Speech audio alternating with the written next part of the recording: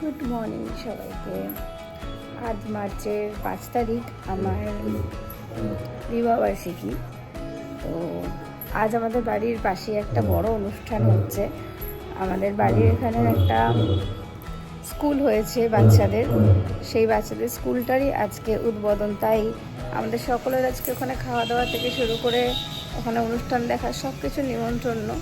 যাই হোক, আজকের দিনটা কেমন কাটে ভাবছি একটু ব্লগের মাধ্যমে আপনাদের সাথে একটু শেয়ার করব। চলুন তাহলে দেখি ওদিকটা কেমন কি করেছে। বসার জায়গা তো করেছে দেখতে পাচ্ছি, বড় প্যান্ডেলও করেছে। এই সেই বড় প্যান্ডেলটা আমরা তো দেখে জাস্ট অবাক যে এখানে এত বড় করে অনুষ্ঠান হচ্ছে। আর আমি একে রেডি করিয়ে নিয়ে নিচের ঘরে চলে গিয়েছিলাম। আর সেখানে গিয়ে ওকে একটু কোলে আমি রাখলাম, তারপর আমার শাশুড়ি মা খেয়ে দিয়ে এলো, উনি রাখলো। এইভাবে আমরা এক এক করে খাওয়া দাওয়াটা সেরে নিয়েছি। আর এখন আমি গেছি একটু প্রোগ্রামের ওখানে, তারপরে আমি গিয়ে খাওয়া দাওয়া করবো। ওহো, বলতেই ভুলে গেছি, আমার সাথে আমার হাজব্যান্ডও আছে। ও মাই গড, আমার কি ইচ্ছের পাখি কাকাতুয়া আর অস্ট্রেলিয়ান টিয়া, এদেরকে একটু হাতে না বসালে হয়? আসলে ফ্রি অফ কস্টে সবাই ওদেরকে হাতে নিচ্ছিল, তার জন্য এদেরকে আনা। খুব সুন্দর একটা অভিনব জিনিস দেখলাম, খুব ভালো লেগেছে। যাই হোক, স্কুলটা মনে হচ্ছে বেশ ভালোই হবে।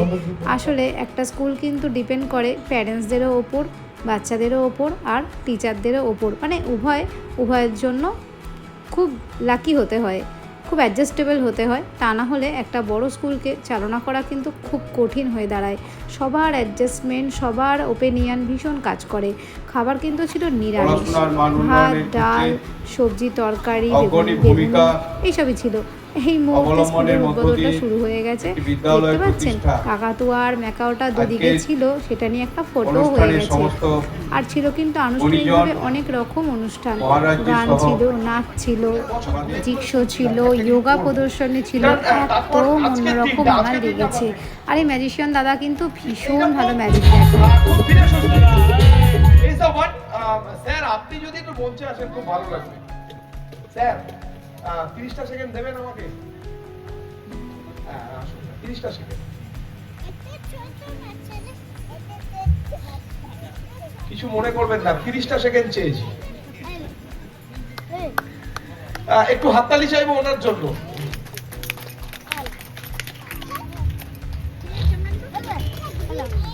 ধরতে হবে। এই যে এইটা সেই স্বপ্নটা যেটা 2 বছর আগে থেকে শুনছিলাম।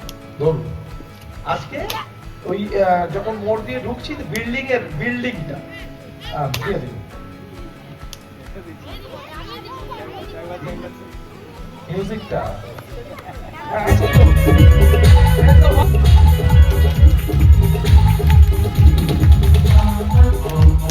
আজকে আমাদের রাধাকৃষ্ণন মিশন ইনস্টিটিউট অনেক বড় তো, স্কুলের বিল্ডিংটা ঠিক কেমন দেখতে হয়েছে সেটা দেখার জন্য ওপেন করে রেখেছিল।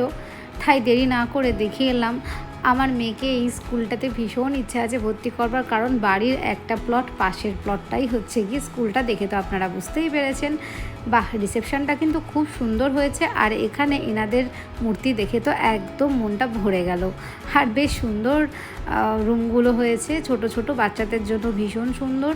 আর এই ডেকোরেশনগুলো একদম নতুন করে অন্যরকম করা হয়েছে, খুব গেটআপের সাথে। এখনও পর্যন্ত ভীষণ পরিষ্কার পরিচ্ছন্ন, তার কারণ এটা একদম নতুন। অনেকগুলো ক্লাসরুম বানানো হয়েছে, পুরো একটা ফ্ল্যাটের না, পুরো তলাটাকে পুরো নিয়ে নেওয়া হয়েছে। আর এখানে পাড়ার সমস্ত কাকিমারা, জেঠিমারা, সমস্ত বউয়েরা বাচ্চাদের নিয়ে দেখতে এসেছে স্কুল রুমগুলো ঠিক কেমন দেখতে হয়েছে। হয়তো প্লের কিছু জিনিসপত্র পরে ঠিকই নিয়ে আসবে, এখন তারা ওভাবে ঠিক আনেনি। এখন রুমগুলো খুব ফাঁকা ফাঁকা, কারণ কাজ কিন্তু এখনও অনেকটা বাকি। তাই দেরি না করে আমিও ছুটে ছুটে চলে গেলাম ভিডিওটা করতে, আর আমার ব্লগের মাধ্যমে আপনাদের সবার সাথে শেয়ার করতে। আর আমার মেয়েটা যাতে একটু বড় হয়ে ওর স্কুলটা যাতেও দেখতে পায়। জানি না, ঠাকুরের কাছে প্রে করি স্কুলটা যাতে এত স্বপ্ন নিয়ে তৈরি করা, সেটা যেন ভালো থাকে, আর স্কুলটা যাতে অনেক অনেক উন্নতি করে। তার জন্য কিন্তু চাই এলাকাবাসী এবং বাইরের এলাকাবাসীদের অনেক অনেক সাপোর্ট দরকার। তারা যাতে এগিয়ে আসে স্কুলটা উন্নয়নের পিছনে। ও মা, এখানে কি সুন্দর বেশ স্টাডি টেবিলের উপরে বই রাখা হয়েছে, আর র্যাকগুলোও বেশ অ্যালফাবেট ওয়াইজ করেছে। আরোহী যে স্কুলে ভর্তি হবে, আমরা ভীষণ চাই যাতে এই স্কুলেই ভর্তি হতে পারে। তাই এই স্কুলের ভিডিওটা আপনাদের সাথে একটু শেয়ার করলাম, আর আরোহীও যাতে দেখতে পায় তাই জন্য আমি এটা ভিডিও করে রাখছি।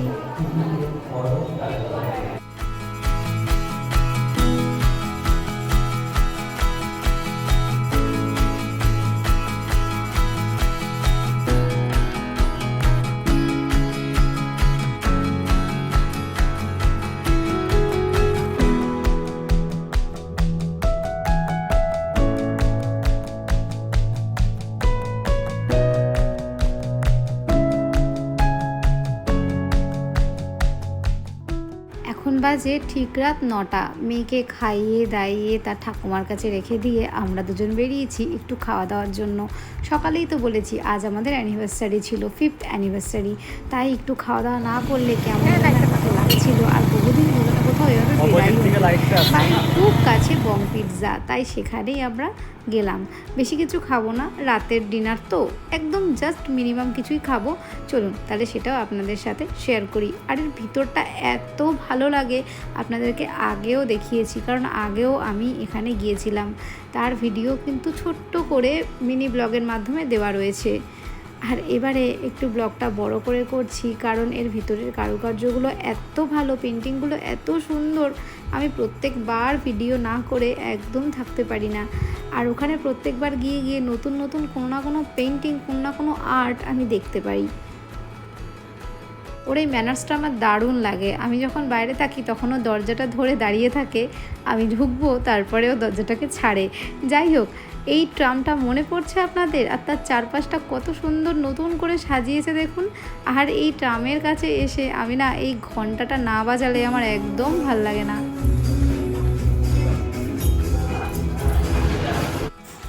আগেরবারের মতো প্রথমে এইবারেও ভেবেছিলাম ওই নৌকোর ওপরে বসেই খাওয়া দাওয়াটা করব, অনেকটা স্পেস পাওয়া যায়, কিন্তু না, এবার যে ট্রাম রয়েছে আর গিয়ে আগে ট্রামে ঢুকে গেছে। যাই হোক, নতুন নতুন জিনিস কার না ভালো লাগে। ওই যে নৌকোটা মনে পড়ছে, কি সুন্দর যে লাগছিল। আর বাইরেটায় খেলা চলছিল, অনেকে বসে বসে খেলাও দেখছিল। আর দেখুন ওপরটাও কত সুন্দর যে যত্ন করে সাজিয়েছে রেস্টুরেন্টটা, সে আর বলার নয়। শুনেছি আমাদেরই পাশের বাড়ির এক দাদার ব্যাচমেট, তার রেস্টুরেন্টটা তৈরি করা, ভীষণ সুন্দর একটা অভিনব ভাবনা। রবীন্দ্রনাথ থেকে শুরু করে নস্টালজিয়া সব কিছুই এখানে ফিল পাওয়া যাবে। ট্রামের ভেতরের নিচটাও প্রপারলি ট্রামের মতো বানানো হয়েছে। আপনারা তো সবাই জানেন আমি কলকাতার মেয়ে, তো ট্রামে চড়তাম আগে, ট্রাম বন্ধ হয়ে যাওয়াতে এখন সেটাকে ভীষণ মিস করি। ট্রামের টিকিটও আমার কাছে পেজ ছিল, যদি কখনো খুঁজে পাই আপনাদের সাথে ঠিক শেয়ার করব। দিয়ে দিয়েছে কমপ্লিমেন্টারি জল। মেনু কার্ডটা আগে দেখিয়েছি, তাই এবার আর দেখাচ্ছি না, শুধু এবার অর্ডারটা দেওয়া যাক। কমপ্লিমেন্টারি জল দিয়েছে, খুব বেশি কিছু দেবো না। এবারে মেনু কার্ডটা কিন্তু শেয়ার করিয়েছিলাম, আর এবারেরটা আর করলাম না। বং পিৎজা মানে সবার ধারণা শুধু পিৎজাই পাওয়া যায়, কিন্তু একদমই না, তাতে থাকে সব রকম আইটেম, চিকেনের অনেক রকম প্রিপারেশান, রাইসের অনেক রকম প্রিপারেশান, আরও অনেক কিছু থাকে।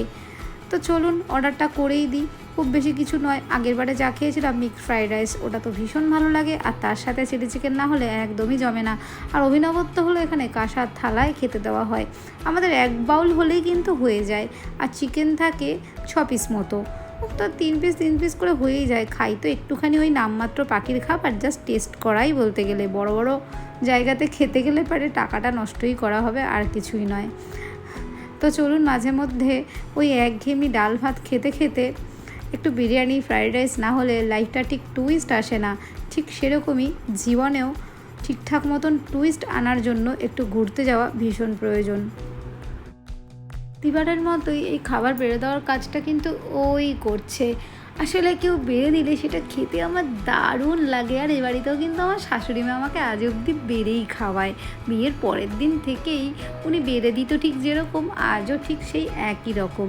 খুব কম, আমার মনে হয় খুবই কম আমি হয়তো বেড়ে নিজে নিয়েছি, বা শাশুড়িকে তো দেওয়াই হয়নি। যাই হোক, শ্বশুরমশাইকে হয়তো দিয়েছি 2-1 বার, হ্যাঁ হাজব্যান্ডকে কিন্তু দিয়েছি। যাই হোক, সেসব কথা ছাড়ুন, ও বেশ বেড়ে দেয়, ভাগযোগটা বেশ ও দারুণভাবে করতে পারে। দেখি টেস্ট করে কি বলে। ঠিক আছে, আগেরবারের মতো। যাই হোক, টেস্টটা যা বুঝলাম সেই আগেরবারের মতো একই রকমই রয়েছে। যাক, ভালোই লাগলো। এই একটা রেস্টুরেন্টে দেখলাম একদম সিমিলারিটি একদম সেম সেম রয়েছে। এদিকে খাওয়া শেষ হয়ে গেছে, আর খেলা দেখা কিন্তু একদম বন্ধ হয়নি। জানলাগুলোর ফাঁক দিয়ে দিয়ে খেলা দেখতে হয়তো ভালোই লাগছে, তাই বারবার ঘাড় ঘুরিয়ে ঘুরিয়ে খেলা দেখছিল। এখন বাড়ি ফিরতে হবে, কিন্তু তার আগে এটা আর একবার ভালো করে দেখাবো, ততক্ষণও বিলটা দিয়ে দিক।